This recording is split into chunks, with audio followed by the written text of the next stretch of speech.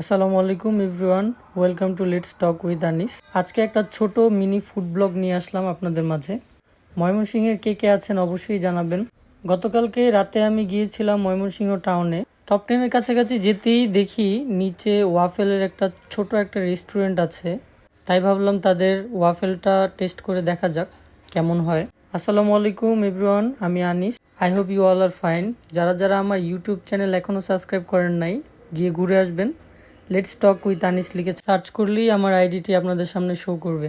Waffle লাভার রেস্টুরেন্টে ঢুকতেই এখানে দেখতে পারতেছেন তাদের কাস্টমারদের রিভিউগুলো। তারা কি সুন্দরভাবে সাজিয়ে রেখেছে তাদের রেস্টুরেন্টের মধ্যে। খুবই ভালো লাগলো এটা দেখে। তাদের বিভিন্ন রকমের ওয়াফেল আইটেম আছে। আমি দুইটা আইটেম অর্ডার করেছি, একটা চকলেট ব্লাস্ট আর একটা হচ্ছে বেসিক ওয়াফেল যেটা ছিল। বেশি সময় ওয়েট করতে হয়নি, 10 থেকে 15 মিনিটের মধ্যেই আমাদের ওয়াফেলটা রেডি হয়ে গিয়েছে। দেখতে পারতেছেন দেখতেই কত সুন্দর লাগতেছে, আর টেস্টটাও খুব অসাধারণ ছিল। এত সুন্দর ওয়াফেল আমি ময়মনসিংহে পাবো, আসলেই এটা অবাক করার মতো বিষয়। জুসি জুসি ফিল পাচ্ছিলাম এবং পাশাপাশি চকলেটের টেস্টটাও অনেক মজার ছিল।